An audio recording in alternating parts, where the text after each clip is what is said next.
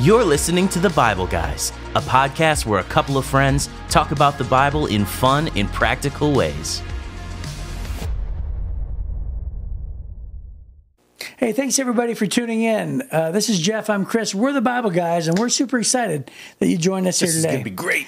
Yeah, we're talking about preparing for persecution. Ooh, that's a very exciting topic. We're going to have a good one today. Yeah, it's really... Yeah. I'm on the, good, Chris. I'm glad I tuned in.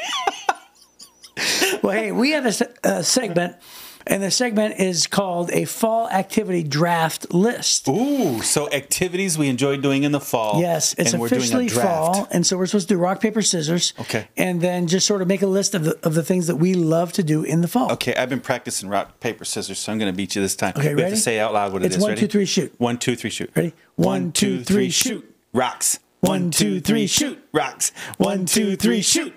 Papers. 1, 2, 3, shoot. I got you. I got a rock. He got a scissors. Okay, so I get to pick first. Yep. My favorite thing to do in the fall is hunt. I love to go hunting. Okay. It's my very favorite thing. I didn't even need to draft that first because it was going to be at the bottom of the list too. Yeah, no I didn't doubt. even take it first. Yeah, and it's never going to be on my list. Yeah, so, bow hunting, gun hunting. I love it. So I don't hunt, but I'm glad for the people who do. Mm-hmm. Number two, or actually number one for me, is football games, man. Football. Oh, yeah, football on Sunday, football on Monday, football on Thursday. Yeah. It's all football all the time. And do you like football as much as you like the football snacks? You mean at the football games? No. Like watching a football game. Do you do snacks while you're watching a football game? Actually, I don't. What? No, I don't. Well, you're missing out, buddy. Yeah, I guess so. I need to teach you how to get your snack game going. Ah. Okay. Well, I'm going to pick football snacks. There you go. Fall is football snacks. Yeah, that's number 2 for you. That's my number 2. Okay, my number 2 is cider mills. Oh, cider mills are so good. That's a Michigan thing.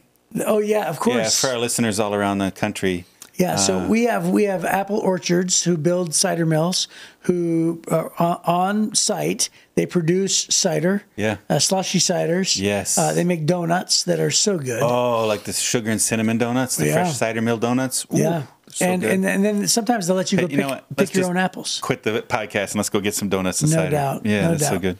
So we're going to do that when my daughter comes into town next week. Oh, neat. For us, we love color drives. We like to go look at the trees that are turning colors. Oh, yeah, you took mine. Yeah. Yeah, we do too. So where we live in the north, for those of you who live around the world in different places, the trees this time of year begin to turn colors, and it'll be bright golds and bright oranges and bright reds. It's just really stunning, just as far as you can see. Yeah, amazing colors. And our up north Michigan is actually super popular for that. Yeah. Now I have to tell you, the best way to see leaves is when there's a storm with a black sky behind but bright sun where you are. You ever see that before? I'm not sure. Where over the woods or over the forest, far away, it's like a stormy sky, really dark, but there's a bright sun where you're at, shining down on the trees. It's just stunningly beautiful. Yeah, wow. The contrast. Okay, so my number 3 is going to be bonfires. Bonfires. Oh, yeah, that's so we have a bonfire pit at our house, and we get ready for it, and we're super excited about it. Another thing we're going to do when my daughter comes up from Florida. Bonfires are nice, man. We like to, when I was a kid, we liked to make big piles of leaves and jump in the leaves and play in the leaves. Yeah. Do you do that now? Sometimes. We did it a couple years ago. Was it last year with Rowan, my grandson? Yeah. Yeah, we did it. Okay, all right. So my number 4 is going to be, I'm sort of cheating a little bit, but it is totally in the middle of the fall. Cheating? You? Is pumpkin carving. Oh, yeah. So even that's for Halloween, it's still massive. It's massively in the fall. Yeah. And so my family, for pumpkin carving for my family, is an event. So we have people wait all year long to see what pumpkins that we're going to place on Facebook. Well, you kind of do that with like every holiday. It's an event. Yeah, it sort of is. It sort of is. Yeah. So, all right, my 5th one, because it's number 5, right? Yep, number 5. Is this number 5? Yep. My 5th one would be, if we're doing the fall, then is Thanksgiving dinner. Yeah. I love the big Thanksgiving thing. Yeah, so you guys do all that. Yeah, mashed potatoes, and lately I've been the one doing the turkey for our family. So great turkey dinner and all that kind of stuff. It's just fun. Yeah, this time of year is great for that. And I would say I'm gonna go with in the town I grew up in. there's a fair. There's a local fair that is quite impressive. It's called the Canfield Fair in Canfield, Ohio. Just connected to Youngstown. Yeah. And it is quite big. It's not as big as like a state fair, but it is close. It's a big deal. It's a big deal. So, and it happens every year, and it's like on Labor Day or whatever. And we go. I've been going the last several years in a row. Make my way in there, and it is a great nostalgic thing for me. Does Labor Day count as fall? Well, Not on the calendar. No, for real? The fall equinox is at the end Well, of that's September. fine. Then I'll just choose cocoa.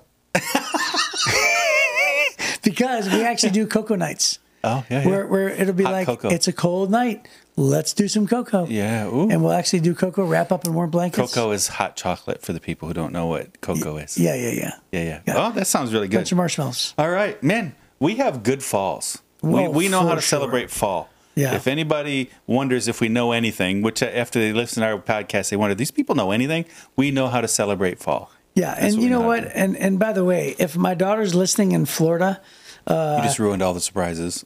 well, yeah. Well, what I just want to say is have fun doing nothing, right? What do you do? Hey, it's sunshine again. Yeah, have fun with no leaf changes, no temperature changes, no traditions in the fall. Yep, some people Have just make fun bad. Some doing- people just make bad choices. Yeah, it's like I love summer. You know, Okay, well, now it'll be in January that you're going to be rethinking your decisions and wanting to go visit her. and Right? February and March and April. Okay, so Jesus is preparing his disciples for persecution. Remember, yesterday he sent them out.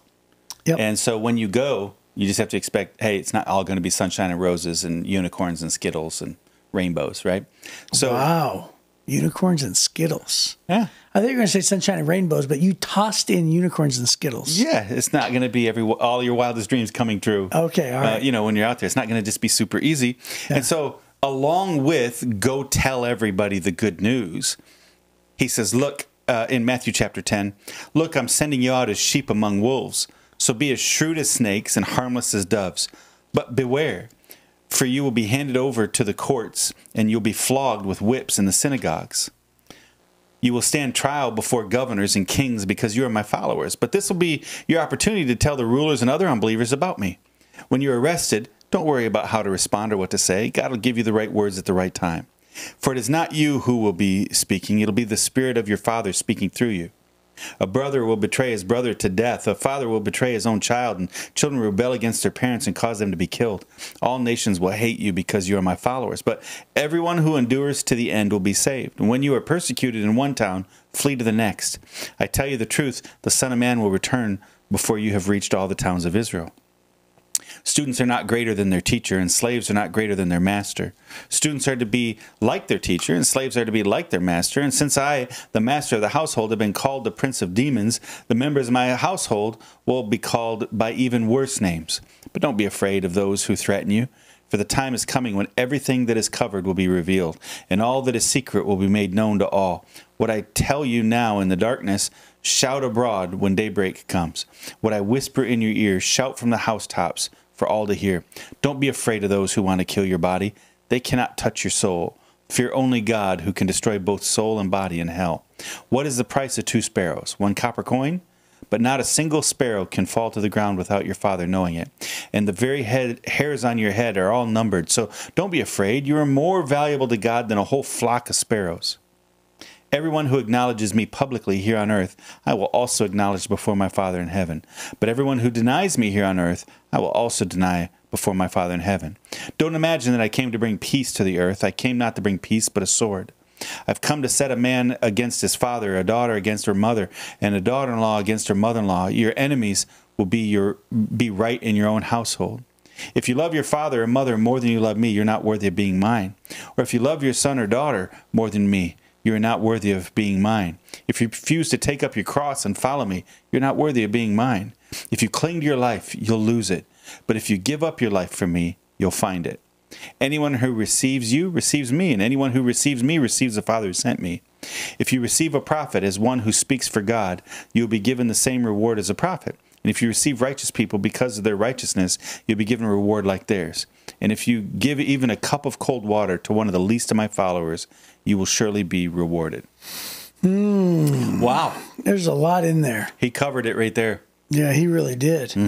Yeah, and it's so funny because, you know, in other parts of the scripture, if you don't really read carefully at the intent, you can maybe be a little confused because, you know, Jesus talks about turning the other cheek. He talks about loving one another. He talks about praying for your enemies.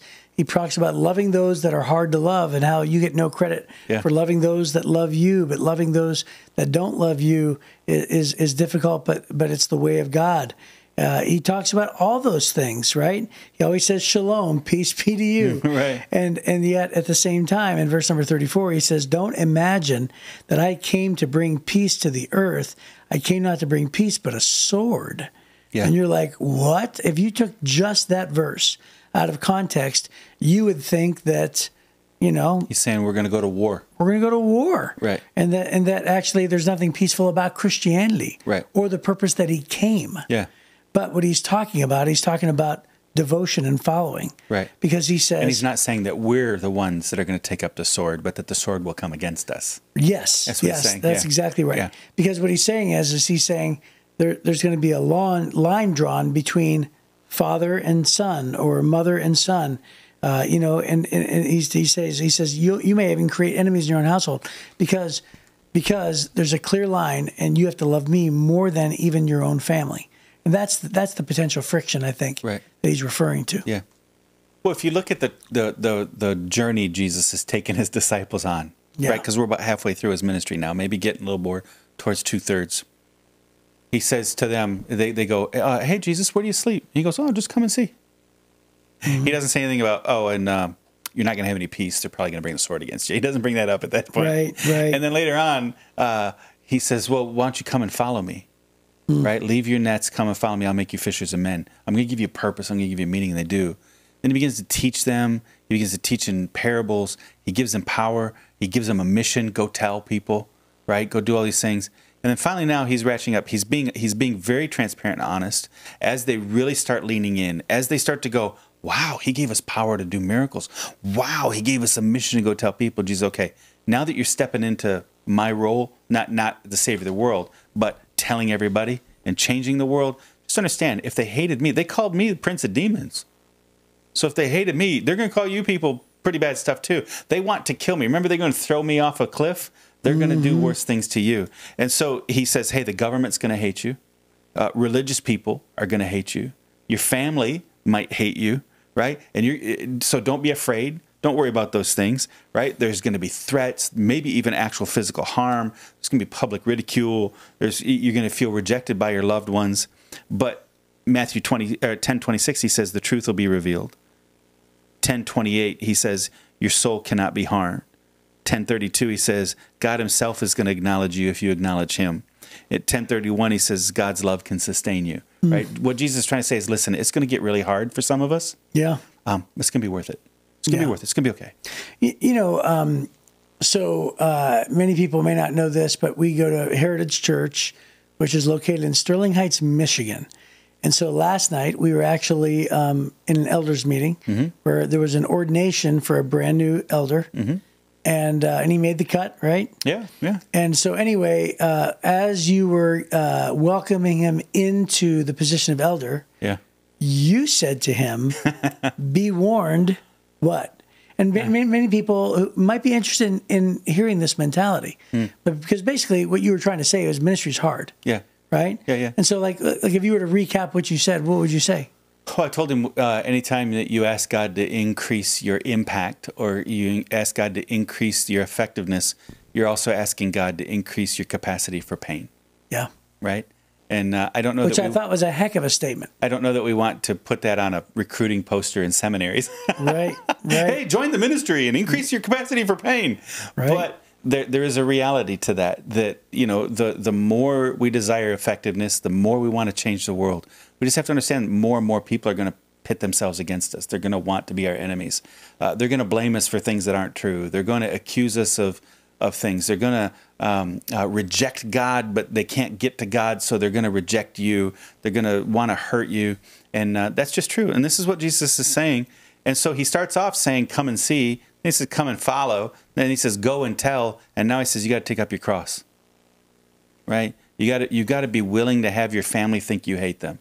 Yeah. He doesn't tell us to hate our family, but you're going to have family members who aren't going to understand this mission that you're on. And they're going to feel rejected by you. And then he's going to say, take up your cross. And man, if you reject me, I'll reject you. But if you will claim me, I'm on your side. And it's going to be worth it. And the mission is worth it. The cost is going to be worth it. And the impact that you're hoping for, I believe God will give us. And he says, listen, even if you just give a cup of cold water to one of the least of my followers, you'll surely be rewarded. So he said, dude, can't you imagine? If you make the kind of sacrifice the world is going to demand of you, you're going to be rewarded. If you just give a cup of cold water, you're going to be rewarded. So can you imagine the quality of the reward? Can you imagine how proud you're going to be in a humble way? How satisfied you're going to be when you stand before your king, having paid the price, and God say, well done. Yeah. Right. That's a great thought. Hey, by the way, when you were a youth pastor, a pastor of high school students, did you have a name for your youth group? I can't remember. What? Yeah, I don't remember any of the names. Oh, wow. Yeah. And you're so old. I know. So mine was called. We weren't really that cool. Okay. Yeah. We were called Crossfire. Which sounds pretty lame right now. Yeah. I think of that old commercial, Crossfire, with the guns. Yeah. But it was Crossfire, but anyway, the above there's like a big logo with a cross and the word, and then above it said Living Proof, and then on the bottom of the circle it said Luke 9:23 and 24, which was take up your cross and follow me. Yeah. So Crossfire was the idea that it was centered around this idea that like. You have to put Jesus before your father, your mother, your friends, before everybody, and take up your cross and follow Christ. Because it says, if any man wants to find his life, he has to lose it. And any man who wants to hang on to his life, he's, I said that wrong. If you want to hang on to it, you're going to lose it.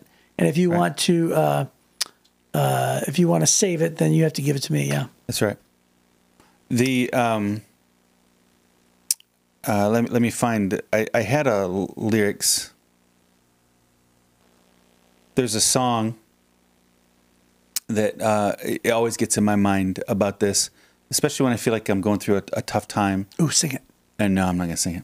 Yeah, come on, sing it. But it says the chorus says he never promised. I'm not gonna sing it. I'm not gonna sing it. Sing it. He never promised that the cross would not get heavy, and the hill would not be hard to climb. He never offered a victory without fighting, but he said help would always come in time. So just remember when you're standing in the valley of decision and the adversary says give in, just hold on. Our Lord will show up and he'll take you through the fire again. Who sings that? Jason Crabb. And it's such a powerful lyric, right? Because he didn't say the cross won't get heavy. He doesn't say it here either. Right? This is a burden that we have to bear. And it's a struggle. And this is for every Christian. I mean, we talked about it in the context of spiritual leadership a minute ago, but he's talking to all of his followers at this point, right? And he doesn't say it's going to be easy. He doesn't say the hill's not going to be hard to climb, but he does say, I'll go with you. And then you'll be rewarded when it's all done. It's going to be worth it. And, everything is hard. Everything. I've talked about this several times with our staff, right? Everything good, everything worth doing is hard. And life in general is hard.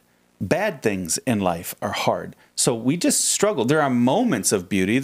I was just out at Grand Tetons National Park and looking at the mountains across the lake and having this amazing meal. And it was incredible. That was a glorious moment, but that's not real life, right? Even the people who lived there, the pioneers who went out there, they had to live in 10 feet of snow in the winter. And they had to, fight off the wolves and the struggle on that. So, we get these moments of glimpses of paradise thinking, oh, that's what our heart yearns for. That's the reward he's going to take us to is paradise. But in between here and there, everything is hard. So it's worth it. There's some wisdom in choosing what kind of hard things you're going to do. And when we decide, I'm going to lean into the hard thing of taking up this cross, I'm going to follow Jesus. I'm going to make sure everybody knows about Jesus on my way. And if it costs me something, okay. And he's going to go with me and he'll reward me when it's done. It's going to be worth it. Right? I also have a song, and it's very similar. Sing it. To your song as well. Oh, yeah. It's by Jason Aldean, and it goes, If you're going through hell, keep on going. Don't slow down. Yeah, I remember that one. I was trying to make a joke. Yeah. He says, you might get out before the devil even knows you're there. Yeah, probably not. Yeah, probably not. Probably not. Probably not. Yeah. Of course, he's not talking about actual hell. He's just talking about going through a hard time. Yep. All right, fine. The joke fell flat with you. I enjoyed it. Hopefully somebody enjoyed it. I enjoyed it. It was wonderful. I thought you were, hey, look, so we're recording this. We're on our 4th podcast recording. This is the 9th of the day. And my wife is joking with me. She texted me, do you have a girlfriend or boyfriend? Something that I should be aware of? Smuggling drugs part-time? Yeah. Just wondering. Okay, bye. She's wondering where you are? Yes, yeah. What time is it? Oh, it's only like it's 8:13. Like 8:13 in the evening. Yeah, it's so night. funny. Yeah. That's so funny. Well. So, I think that in the end, to be quite honest, just the idea of picking up your cross and following Jesus is one of the most profound thoughts that any of us can just embrace, because we haven't really talked about it in full detail, but like the actual the carrying of the cross to Golgotha, is explained later on in detail. But when he says pick up your cross, everybody in the first century knew what that meant. Yeah. Right. Yeah. So it's like it's you're paying your dues. It's the cross that was going to be their means of suffering. Yeah. And he's saying like, hey, embrace the suffering. Yeah. Right. That's what he's saying. Yeah. So just that idea alone is it's so consistent with what Paul said. To live is gain, to die is, or to live as Christ, to die is gain. Yeah. And just that concept alone is pretty profound. So I think our brothers and sisters around the world understand that way better than we do. Oh, for certain. Because in our mind, and so when he says, don't imagine I came to bring peace, most of us, what we want is, God, just make my life better. Yeah. And what Jesus said is, listen, I didn't come to make your life better. Yeah. Right. Matter of fact, it's probably going to get hard. Yeah. Well, that's the truth. So his goal isn't for us to be happy and comfortable. His goal is for us to become more and more like Jesus. Right. Right. And to recognize this isn't home and that we're on a mission. So I love this passage. It's a hard passage, but it's an encouraging passage because the reward's coming. Yeah. Well, that's our time. So we will see you next time on The Bible Guys.